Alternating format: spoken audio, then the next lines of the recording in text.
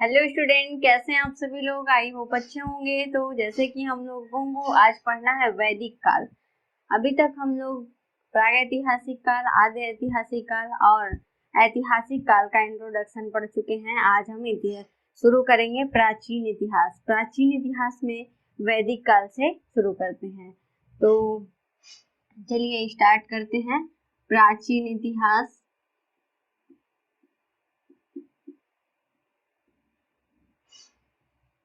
प्राचीन इतिहास में पढ़ेंगे वैदिक काल। इस समय यानी कि इस काल को वैदिक काल क्यों कहा गया? वैदिक काल क्यों कहा गया? तो वैदिक काल इसलिए कहा गया क्योंकि इसी काल में, इसी समय वेदों की रचना हुई है। क्या?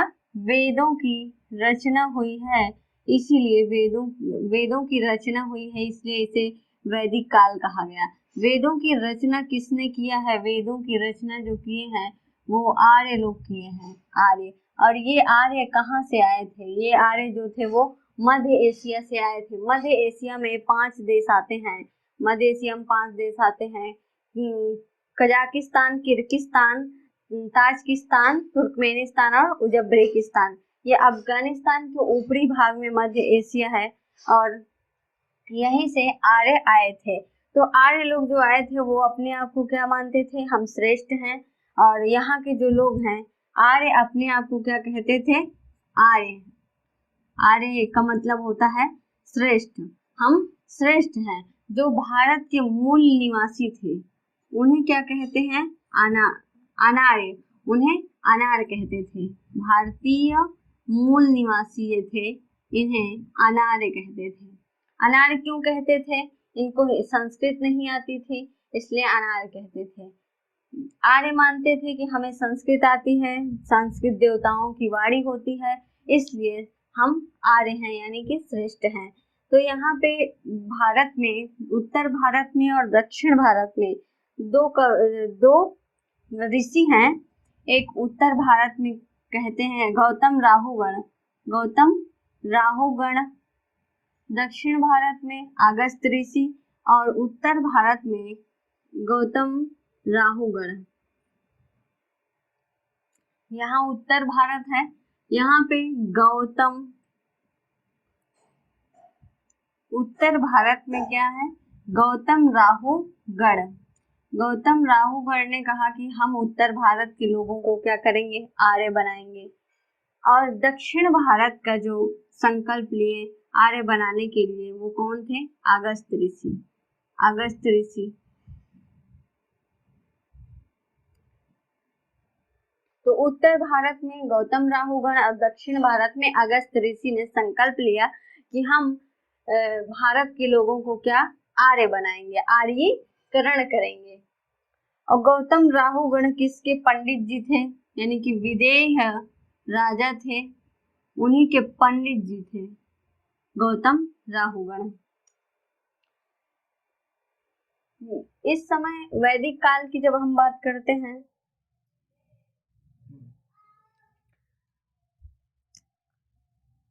अर्थव्यवस्था की यदि हम बात करें, सिंधु सभ्यता। सिंधु सभ्यता में अर्थव्यवस्था जो थी वो कृषि और कृषि के साथ साथ व्यापार यहाँ पे होता था, कृषि और व्यापार। लेकिन जब हम वैदिक काल की बात करते हैं, वैदिक काल की जब अर्थव्यवस्था की बात करते हैं तो वैदिक काल की अर्थव्यवस्था का आधार कृषि था। और कृषि के साथ यहाँ पर व्यापार नहीं देखा गया, यहाँ पर क्या देखा गया? पशुपालन। और पशुपालन में भी गाय। पशुपालन में गाय, मुख्य रूप से गाय होती थी। किसके पास गाय है, इस आधार पे वहाँ यहाँ के लोगों की गरीबी और अमीरी तय की जाती थी। जिसके पास ज्यादा गाय होती थी वो अमीर होता था, जिसके पास कम गाय होती थी वो गरीब होता था। यहाँ पे एक घटना थी, गविष्टि। कौन सी घटना है? गविष्टि। गविष्टि का मतलब होता था जब किसी व्यक्ति की गविष्टि का मतलब होता था जब किसी व्यक्ति की गाय खो जाती थी तो गाय को राजा खोजता था। राजा खोजता था और इस घटना को गविष्टि कहा जाता है। जब किसी व्यक्ति से गाय की मृत्यु हो जाती थी तो उस व्यक्ति को मृत्यु दंड दिया जाता था, उस व्यक्ति को मृत्यु दंड दिया जाता था। वैदिक काल में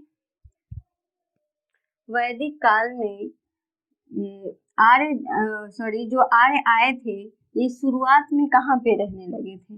आर्य जब आए मध्य एशिया से तो सबसे पहले कहीं पे रहे होंगे भारत के किसी प्रदेश में। तो ये लोग शुरू में आए थे जब तो पंजाब में रहे थे, यहाँ है पंजाब, यहाँ पे रहते थे। मध्य एशिया से आकर के यहाँ पे बस गए थे और इस प्रदेश को क्या कहा जाता है? सप्त सैंधव प्रदेश। सप्त सैंधव प्रदेश, तो सप्त का मतलब होता है 7, सैंधव का मतलब होता है नदी, प्रदेश का मतलब होता है स्थान यानी कि एरिया। 7 नदी, जो ऐसा स्थान जो 7 नदियों वाला स्थान हो उसे क्या कहेंगे? सप्त सैंधव प्रदेश। तो यहाँ पे 7 नदी बहती थी। कौन कौन सी नदी? पहले तो ये इधर हो गई सिंधु नदी बह रही है, ये हो गई सिंधु नदी। इसके बाद इधर साइड में घग्घर नदी है, घग्घर नदी। यहाँ पे बीच में ये जो स्थान था इसमें झेलम नदी, झेलम, चिनाब, रावी, सतलुज, ब्यास, कितनी हो गई? सिंधु, टोटल करिए, सिंधु और घग्घर। एक सिंधु हो गई, एक घग्घर हो गई। उसके बाद झेलम,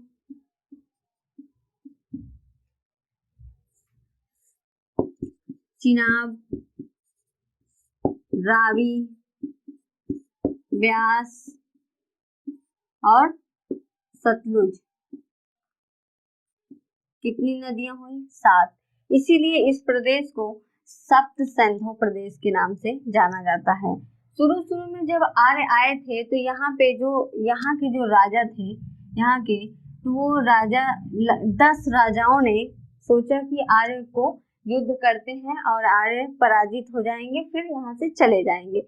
इसका वर्णन ऋग्वेद के 7वें मंडल में मिलता है, जिसे हम लोग जानते हैं 10 राग्य युद्ध। किस नाम से जानते हैं? 10 राग्य युद्ध। पहली बार जो युद्ध का साक्ष्य मिलता है वो ऋग्वेद के 7वें मंडल से मिलता है। और कौन सा युद्ध है? 10 राग्य युद्ध। यही 10 राग्य युद्ध था कि यहाँ के जो 10 राजा मिलकर के आर्य से युद्ध करते हैं, लेकिन इसमें आर्य का जो भरत कबीला था वो सबसे शक्तिशाली था, वो जीत जाता है। कौन सा कबीला? भरत कबीला जीत जाता है और यहाँ के जो 10 राजा थे वो हार जाते हैं।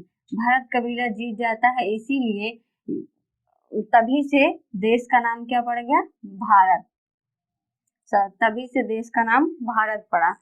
तो जब सिंधु सभ्यता की बात करते हैं तो वो 2500 बीसी से लेकर के 1700 बीसी तक चलती है। कहाँ तक? 2500 बीसी से लेकर के 1700 बीसी तक। लेकिन वैदिक काल की बात करें, वैदिक काल की जब हम बात करते हैं तो 1500 बीसी से लेकर के 600 बीसी तक चलता है। इसके बीच का जो काल था, इसके बीच का ये क्या हो गया? सिंधु सभ्यता। इसके बाद 1500 बीसी से लेकर के 600 बीसी तक क्या हो गया? वैदिक काल। इसके बीच का जो काल है कितना? 1750 से लेकर 1500 बीसी तक का जो काल है इसे क्या कहा जाता है? संक्रमण काल। संक्रमण काल। तो यहाँ पे क्या देखा गया? सिंधु सभ्यता क्या हो रही थी? खत्म हो रही थी। मतलब सिंधु सभ्यता का पतन हो रहा था और वैदिक सभ्यता का उदय हो रहा था इसी काल में। तो ये ऐसा काल है, संक्रमण काल ऐसा काल है जिसमें सिंधु सभ्यता और वैदिक सभ्यता, सिंधु सभ्यता और वैदिक सभ्यता दोनों के लोग यहाँ पर मिलेंगे। तो क्वेश्चन में आता है कि ऐसा कौन सा काल है जब जिसमें सिंधु सभ्यता और वैदिक सभ्यता दोनों के मिश्रित लोग देखे गए, तो वो है संक्रमण काल। बाद में सिंधु सभ्यता को दो भागों में बांटा गया। कितने भागों में बांटा गया? दो भागों में। तो एक भाग जो था वो 1500 बीसी से लेकर के 1500 बीसी से लेकर के 1000 बीसी तक चलता है। 1500 बीसी से लेकर के 1000 बीसी तक चलता है। और ये वाला जो है, ये दूसरा जो है वो 1000 बीसी से लेकर के 600 बीसी तक चलता है। 1500 बीसी से 1000 बीसी का जो समय था उसे क्या कहा गया? ऋग्वैदिक काल। ऋग्वैदिक काल। और इसको क्या कहा गया? उत्तर वैदिक काल। उत्तर वैदिक काल। इतिहास में उत्तर का मतलब होता है बाद में। उत्तर का मतलब होता है बाद वाला, तो उत्तर वैदिक काल। ऋग्वैदिक काल, अधिकतर जो वेदों की रचना हुई है, जो वेदों की रचना हुई है वो क्या हुई है, किस काल में हुई है? तो ऋग्वैदिक काल में हुई है। वेदों की जो रचना हुई है ऋग्वैदिक काल में हुई है। ऋग्वैदिक काल में जैसे ऋग्वेद, सामवेद, यजुर्वेद, कौन कौन से वेद की रचना हुई है? ऋग्वेद, सामवेद और यजुर्वेद। उत्तर वैदिक काल की बात करें तो उत्तर वैदिक काल में केवल और केवल अथर्ववेद की रचना हुई है।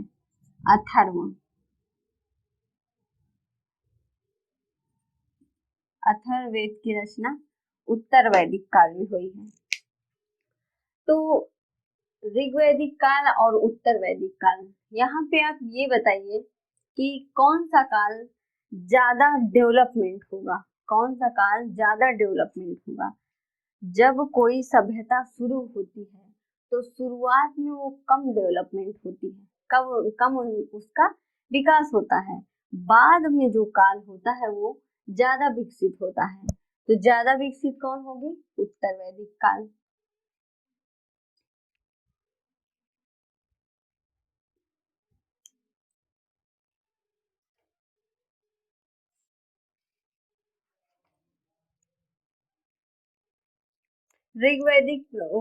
वैदिक काल जो था ये पितृसत्तात्मक था। कैसा समाज था?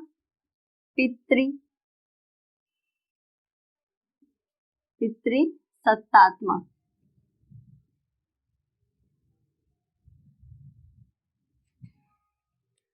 वैदिक काल में कुछ जैसे समाज का अध्ययन करेंगे। उसके बाद हम पढ़ेंगे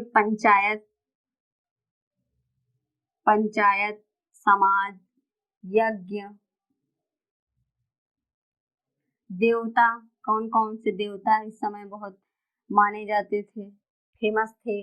इसके बाद नदी और दर्शन। तो सबसे पहले जब हम समाज की बात करते हैं तो वैदिक काल में समाज को 4 भागों में बांटा गया था। समाज को कितने भागों में बांटा गया था? 4 भागों में। सब ब्राह्मण, क्षत्रिय, वैश्य, शूद्र। कौन कौन थे? ब्राह्मण, जैसे ये है ब्राह्मण, क्षत्रिय, वैश्य, शूद्र। इसे क्या कहा गया? ब्राह्मण है ये लोग। ये कौन है? क्षत्रिय है। उसके बाद आते हैं वैश्य, सबसे नीचे आते हैं शूद्र, और सबसे ऊपर जो है वो भगवान है। तो ब्राह्मण, सबसे कम जनसंख्या किसकी थी? ब्राह्मण की।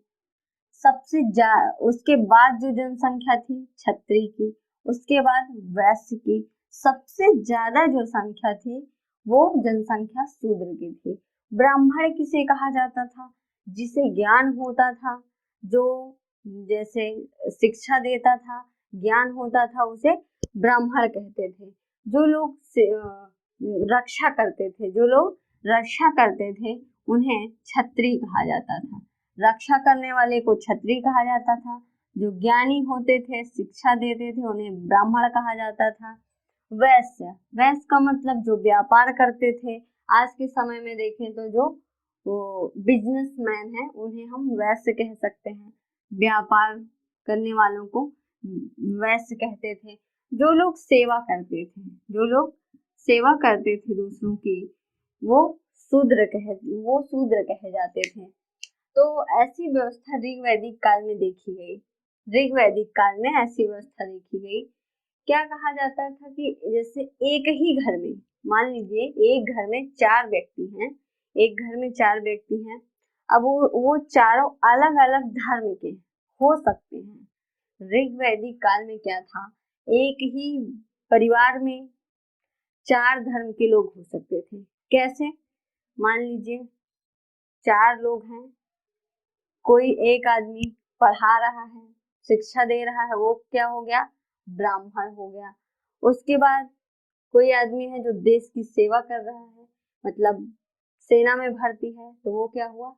क्षत्रिय हुआ, क्योंकि रक्षा कर रहा है। तीसरा व्यक्ति जो है वो वैश्य, बिजनेसमैन है, इसका मतलब वैश्य हो गया। चौथा व्यक्ति कुछ नहीं कर रहा है, घर का काम कर रहा है, सबकी सेवा कर रहा है, वो क्या है? शूद्र। ये ऋग्वैदिक काल में कहा जाता था। ऋग्वैदिक काल में क्या होता था कि जाति का आधार जो था, कार्य था। कार्य को देख करके जातियों का आधार निश्चित किया जाता था। लेकिन जब हम उत्तर वैदिक काल में चलते हैं, उत्तर वैदिक काल में क्या होता है कि इसको कार्य के आधार पे नहीं, जाति का विभाजन कार्य के आधार पर नहीं, बल्कि वंश के आधार पर कर दिया गया। मतलब राजा का बेटा ब्राह्मण का बेटा ब्राह्मण होगा, क्षत्रिय का बेटा क्षत्रिय होगा, वैश्य का पुत्र वैश्य होगा, शूद्र का पुत्र शूद्र होगा। जाति के आधार पर कर दिया गया। इसके बाद हम पंचायत की बात करते हैं। पंचायत यानी कि पंचायत का भी 3 अंग था। कौन कौन से? सभा, समिति और विदध। पंचायत,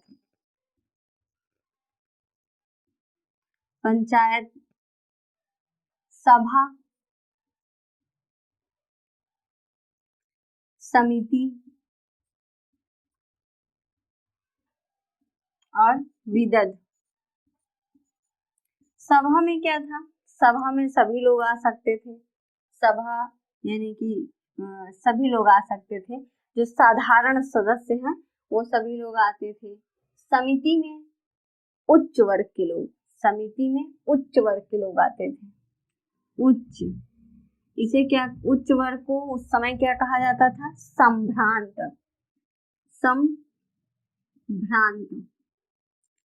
संभ्रांत कहा जाता था। विदध, विदध में क्या आते थे? स्त्रियां भी आती थी, मतलब कॉमन था ये, यहाँ पे स्त्री भी आती थी, भाग लेती थी। तो सबसे ज्यादा जनसंख्या की जब हम बात करेंगे तो किसमें रहेंगे? विदध में, क्योंकि विदध में सभी लोग आते थे और महिलाएं भी आती थी। सभा में साधारण लोग आते थे, समिति में उच्च वर्ग के लोग आते थे, विदध में स्त्री और अन्य सभी लोग आते थे। इसी को सभा और समिति को ऋग्वेद में क्या कहा गया है? प्रजापति की 2 पुत्रियों के रूप में स्वीकार किया गया है। इसके बाद हम बात करते हैं यज्ञ का। यज्ञ का भी अनुष्ठान किया जाता था। यज्ञ 3 प्रकार के करवाए जाते थे। कितने प्रकार के? 3 प्रकार के। अश्वमेध यज्ञ, अश्वमेध यज्ञ, दूसरा था वाजपेय यज्ञ, वाजपेय यज्ञ।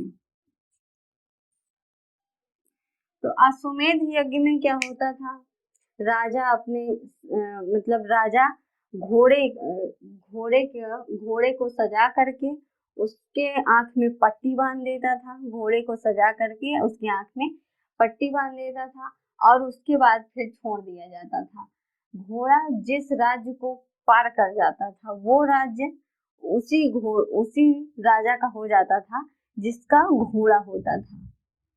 यहाँ पे देखा जाए तो यानी कि जबरदस्ती युद्ध कोई नहीं कर रहा है, फिर भी युद्ध करना है। अब हर आदमी को दूसरे राज्य के जो राजा हैं उनको तो ये नहीं पता होगा कि आप अश्वमेध यज्ञ कर रहे हैं, युद्ध के लिए मतलब हमेशा तैयार रहते हैं, वो तो तैयार नहीं बैठेंगे ना। तो यहाँ पे जबरन युद्ध किया जाता था और जो अन्य राजा थे उनकी सीमा को मतलब राज्य को अपना लिया जाता था। वाजपेयी यज्ञ में क्या होता था, राजा अपनी शक्ति का प्रदर्शन करता था। वाजपेयी यज्ञ में राजा अपनी शक्ति का प्रदर्शन करता था। जैसे आज के समय में क्या होता है, सारी सेनाएं इकट्ठा होती हैं। कौन कौन सी? परेड पर सारी सेनाएं इकट्ठा होती हैं, थल सेना, स्थल सेना और वायुसेना। तो वो एक प्रकार का वाजपेयी यज्ञ हो गया, शक्ति का प्रदर्शन। राजा शक्ति का प्रदर्शन करता था अपने।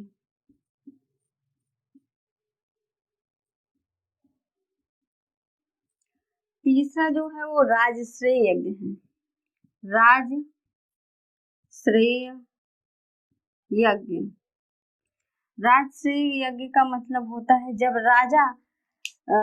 जब किसी राज्य का राजा जो होता था राजा बनता था, उत्तराधिकारी बनता था, राज्याभिषेक होता था, तब शपथ लेता था तो उसे कहते थे राजश्रेय यज्ञ। उस समय राजश्रेय यज्ञ करवाया जाता था और राजा शपथ लेता था।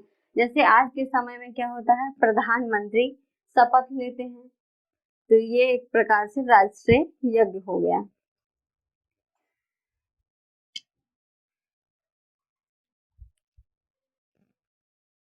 देवता, जब हम देवता की बात करते हैं तो सबसे ज्यादा इस समय जो प्रिय देवता थे वो थे इंद्र।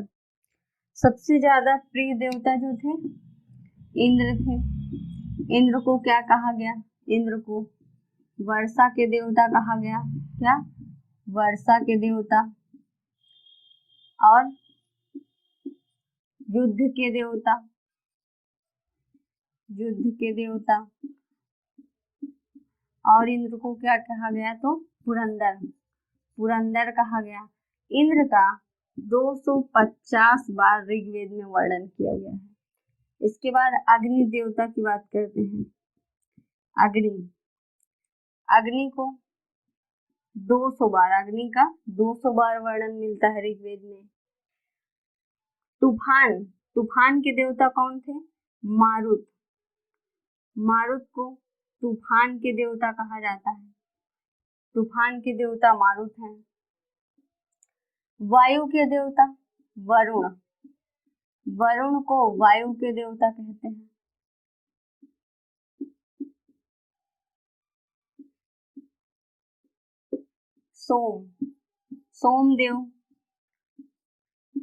सोमदेव को जगत के देवता कहा गया है, जगत का देवता।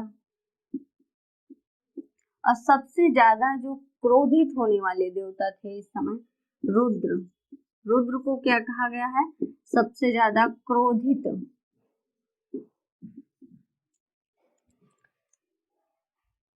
इंद्र वर्षा के देवता, युद्ध के देवता और पुरंदर कहा गया। इंद्र का 250 बार ऋग्वेद में वर्णन मिलता है। अग्नि 200 बार वर्णन मिलता है और मारुत यानी तूफान के देवता हैं, तूफान के देवता। वायु के देवता वरुण। सोमदेव को जगत के देवता कहा गया। रुद्र को सबसे क्रोधित देवता यानी सबसे गुस्सैल देवता कहा गया। वैदिक काल में नदियां हैं, कुछ नदियां हैं जिसको वैदिक काल में जिसका नाम दूसरा था और अब वर्तमान में दूसरा नाम हो गया है। जैसे झेलम, झेलम, झेलम को क्या कहा जाता था? वितस्ता। झेलम को वितस्ता। व्यास, व्यास नदी जो है उसको पहले क्या कहा जाता था? वैदिक काल में विपाशा कहा जाता था, विपाशा। चिनाब, चिनाब का वैदिक काल में मतलब पूर्व प्राचीन नाम जो था अस्किनी था, अस्किनी। रावी, रावी को परुसड़ी कहा जाता था, परुसड़ी, परुसड़ी। और सतुद्री, सॉरी सतलज, सतलुज, सतलुज को सतुद्री कहा जाता था, सतुद्री। सिंधु, सिंधु नदी का पुराने समय में क्या नाम था? सिंध, सिंध। गंडक, जिसे हम आज कहते हैं गंडक, पहले सदा नीरा, सदा नीरा के नाम से जानी जाती थी। घग्गर, जिसे अब सरस्वती कहते हैं, सरस्वती नदी यहाँ प्रयाग में आती थी, गंगा यमुना से सरस्वती नदी मिलती थी, लेकिन अब वर्तमान में सरस्वती नदी विलुप्त हो चुकी है। घग्गर। झेलम नदी का प्राचीन नाम वितस्ता, व्यास नदी का विपाशा, चिनाब को क्या कहा जाता था? अस्किनी, रावी को परुसणी, सतलुज को सतुद्री, सिंधु का नाम प्राचीन जो था वो सिंध था, गंडक नदी को प्राचीन समय में सदा नीरा कहा जाता था, सरस्वती को घग्गर। सरस्वती इस समय विलुप्त हो गई है। पहले सरस्वती नदी माना जाता है कि प्रयागराज में गंगा यमुना से मिलती थी, इसीलिए प्रयागराज को गंगा यमुना सरस्वती का संगम कहा जाता है।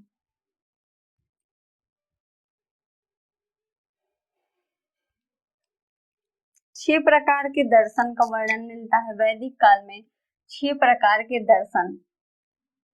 षष्ठ, जिसे क्या कहा गया? षष्ठ दर्शन कहा गया। षष्ठ का मतलब होता है 6, दर्शन का मतलब होता है दर्शन।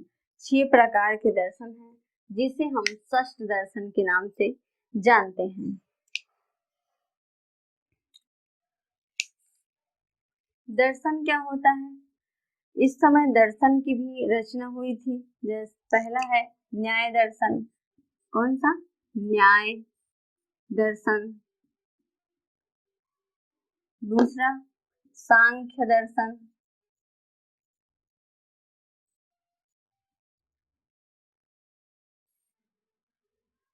योग दर्शन।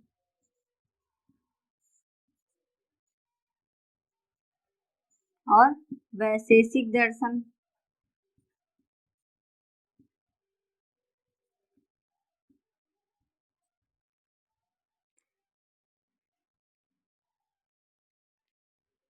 उत्तर मीमांसा, उत्तर मीमांसा और पूर्व मीमांसा।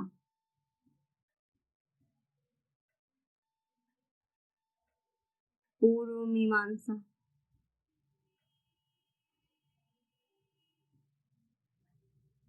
योग न्याय दर्शन के जो रचयिता थे, यानी कि न्याय दर्शन को किसने लिखा?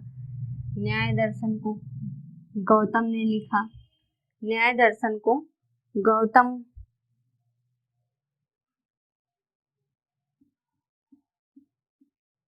ने लिखा। सांख्य दर्शन कपिल, सांख्य दर्शन को जो प्रणेता है, जो लिखने वाले हैं वो कपिल हैं।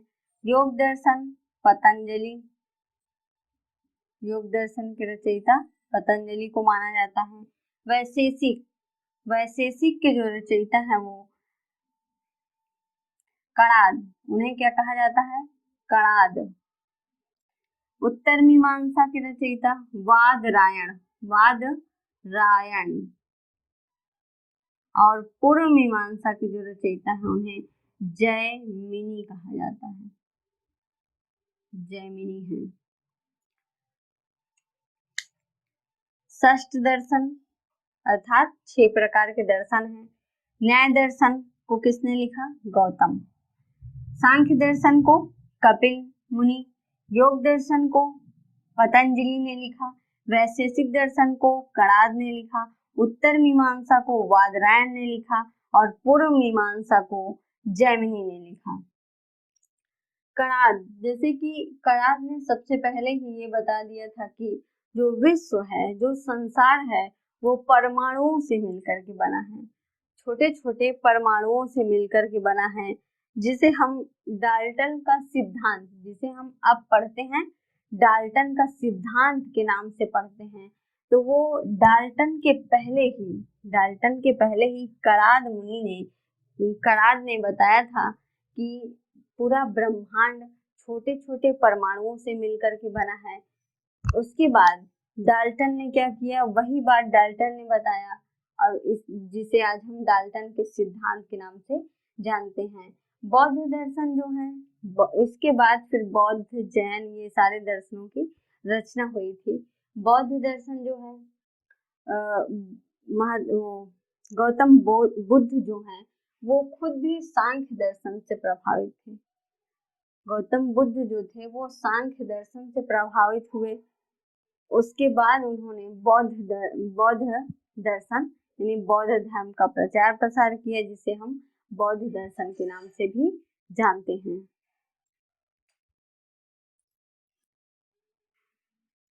सिंधु सभ्यता में कर को वसूलने की भी व्यवस्था थी और कर को बाली कहा जाता था। कर को क्या कहा जाता था? बाली, बली नहीं, बाली, जिसे अब हम लोग टैक्स कहते हैं या कर कहते हैं। कर लिया जाता था लोगों से। अब कर वसूलने के लिए भी व्यवस्था की गई थी, इकाई बनाई गई थी। कर वसूलने के लिए इकाई का निर्माण था। तो जो सबसे छोटी इकाई थी वो क्या थी? गांव थी। सबसे छोटी इकाई जो थी वो गांव थी। और गांव का मुखिया क्या कहलाता था? ग्रामीण कहलाता था। गांव का मुखिया।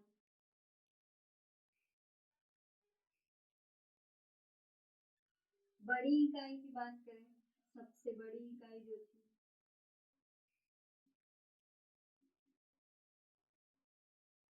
जनपद था। सबसे बड़ी इकाई जनपद था। जनपद का जो जिम्मेदार मतलब जो जिम्मेदारी संभालता था, कार्यभार, उसे क्या कहते थे? राजन। अर्थात जनपद का जो स्वामी होता था वो राजा होता था। वैदिक काल में कर व्यवस्था थी, जिसे बाली के नाम से जाना जाता है, और कर को वसूलने के लिए भी इकाई बनाई गई थी।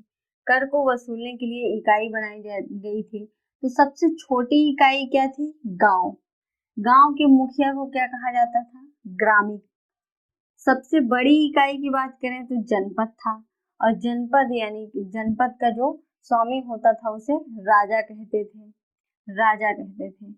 अब वर्तमान समय में अगर गांव का सेंस लेते हैं कि गांव सबसे छोटी इकाई है और गांव का जो मुखिया होता है वो क्या कहलाता है? प्रधान कहलाता है। और जनपद का सेंस यहाँ पे होगा मतलब कि देश। जनपद का मतलब होगा देश। सबसे बड़ी इकाई इस समय क्या है? देश है। गांव, जिला, राज्य, उसके बाद देश है। और देश का जो राजा है वो कौन है? प्रधानमंत्री, पीएम। तो टैक्स जो लेने का कार्य करते थे, सबसे छोटे स्तर पर गांव का मुखिया लेता टैक्स वसूलता था, सबसे बड़े स्तर पर यानी वो सारे टैक्स फिर इकट्ठा होकर के राजा के पास आते थे। अब ये जो जनपद थे वो महाजनपद की ओर, महाजनपद में बदल मतलब तब्दील होने लगे, बदलने लगे। तो कैसे ये महाजनपद से कैसे महाजनपद बने? जैसे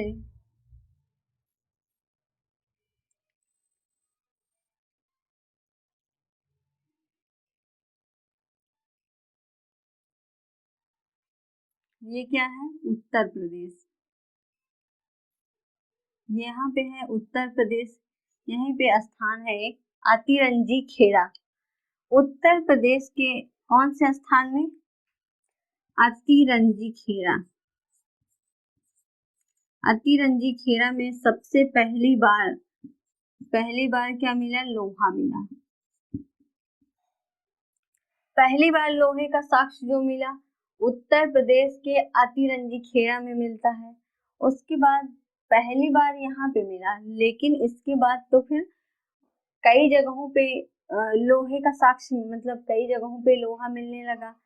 जैसे जैसे जैसे जैसे लोहा मिलने लगा, जैसे मान लीजिए यहाँ भी मिलने लगा, यहाँ मिला, यहाँ मिला, यहाँ मिला, कई जगह लोहा जब मिला, जिस जिस स्थान पर लोहा मिलने लगा, लोग क्या होते थे, वही स्थान पे रहने लगे। क्यों रहने लगे? क्योंकि जब लोहा मिलने लगा, लोगों को काम मिलने लगा, रोजगार मिलने लगा, लोग यहाँ पे काम करने लगे, रोजगार करने लगे। लोहा की वजह से यहाँ पे आकर के वो लोग जनपद में आकर के बसने लगे। अब जब यहाँ पे लोग अधिक हो गए और लोहा मिलने के कारण ना यहाँ की जो व्यवस्था थी, नगर घर बनाने का तरीका, हर चीज बनाने का जो तरीका था वो भी बदलने लगा। तो जनपद इस समय नगर में बदलने लगे। जनपद जो था वो महाजनपद में बदलने लगा। जनपद महाजनपद महाजनपद में बदलने लगा। महाजनपद का मतलब हुआ कि यहाँ पे ये ग्रामीण व्यवस्था थी, जो जनपद था वो क्या था? ग्रामीण था। महाजनपद क्या हुआ? शहर हो गया, शहरी हो गया। यहाँ के जब जैसे जैसे लोहा मिलने लगा, लोग वहां पे इकट्ठा हो, लोग वहां बसने लगे, लोगों को रोजगार मिलने लगा, व्यवस्थाएं अच्छी होने लगी, सुविधाएं होने लगी। अब वो महाजनपद में बदल गए, मतलब शहरी नियोजन हो गया, वहां का शहरी नियोजन हो गया। तो इस प्रकार से 16 महाजनपद बने। कितने महाजनपद? 16 महाजनपद बने। सबसे जो बड़ा महाजनपद था, जो सबसे प्रसिद्ध महाजनपद था, वो मगध। कौन सा जनपद था? मगध महाजनपद। मगध महाजनपद सबसे बड़ा था। मगध महाजनपद जो था, यहाँ बिहार में राजगीर से शुरू था। बिहार था, यहाँ राजगीर में शुरू होता था। मगध की राजधानी क्या थी? राजगीर। और इसके बाद ये इतना अपना क्षेत्र विस्तार किया मगध महाजनपद कि यहाँ पे उड़ीसा के क्या? उड़ीसा के कटक से लेकर के ये पाकिस्तान, उसके बाद अफगानिस्तान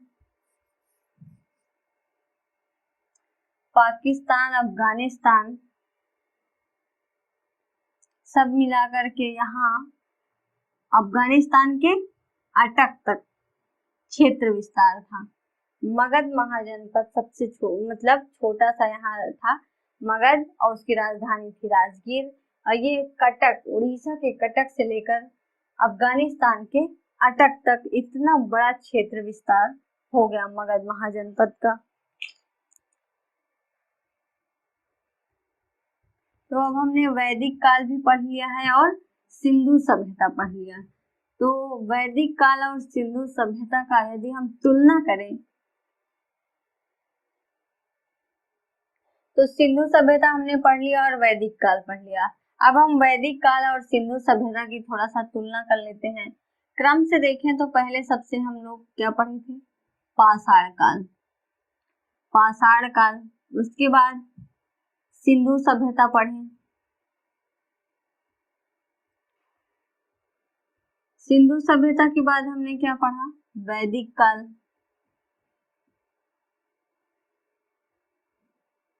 वैदिक काल के बाद क्या पढ़े, महाजनपद, वैदिक काल के बाद हमें पढ़ना है महाजनपद।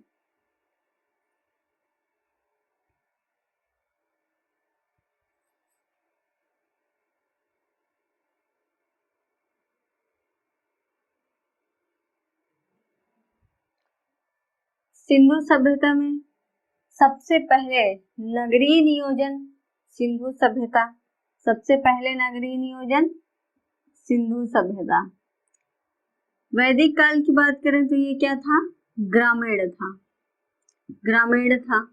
महाजनपद जो था ये भी नगरीय था, नगरीय था, लेकिन इसको क्या कहा जाता है, द्वितीय नगरीय नियोजन, द्वितीय नगरीय नियोजन।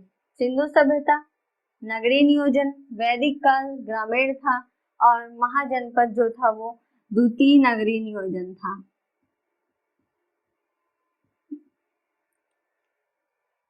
सिंधु सभ्यता में क्या था, सबसे फेमस यानी कि पशुपालन, पशु जो था वो क्या था, एक श्रृंग का जानवर,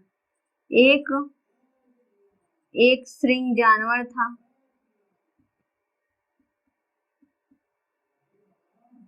वैदिक काल की बात करें तो सबसे ज्यादा जो प्रसिद्ध थी, जो सबसे ज्यादा प्रिय थी वो गाय थी। यहाँ पे कृषि अर्थव्यवस्था का आधार क्या था, कृषि और व्यापार। सिंधु सभ्यता में जो अर्थव्यवस्था का मुख्य आधार था कृषि और व्यापार था। वैदिक काल में क्या था, कृषि, और कृषि के साथ था पशुपालन, पशुपालन। देवता की बात करें, सिंधु सभ्यता में सबसे फेमस जो देवता थे कौन थे, पशुपति शिव, पशुपति शिव। वैदिक काल के सबसे फेमस देवता, सबसे प्रसिद्ध देवता जो थे वो इंद्र और अग्नि, इंद्र और अग्नि। क्या सिंधु सभ्यता के लोग जो थे वो युद्ध से परिचित थे, सिंधु सभ्यता के लोग युद्ध से परिचित नहीं थे, युद्ध से अपरिचित थे। ये लोग युद्ध से परिचित थे। इसका सबसे बड़ा साक्ष्य क्या है, अश्वमेध यज्ञ। यहाँ वैदिक काल के जो राजा थे वो लोग अश्वमेध यज्ञ करते थे। अश्वमेध यज्ञ क्यों करते थे, युद्ध करने के लिए अश्वमेध यज्ञ करते थे। सिंधु सभ्यता में सबसे अच्छा क्या था, नगर नियोजन, शहरीकरण। सिंधु सभ्यता का नगर नियोजन बहुत अच्छा था।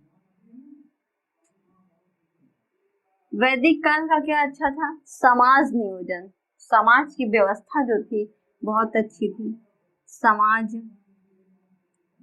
नियोजन।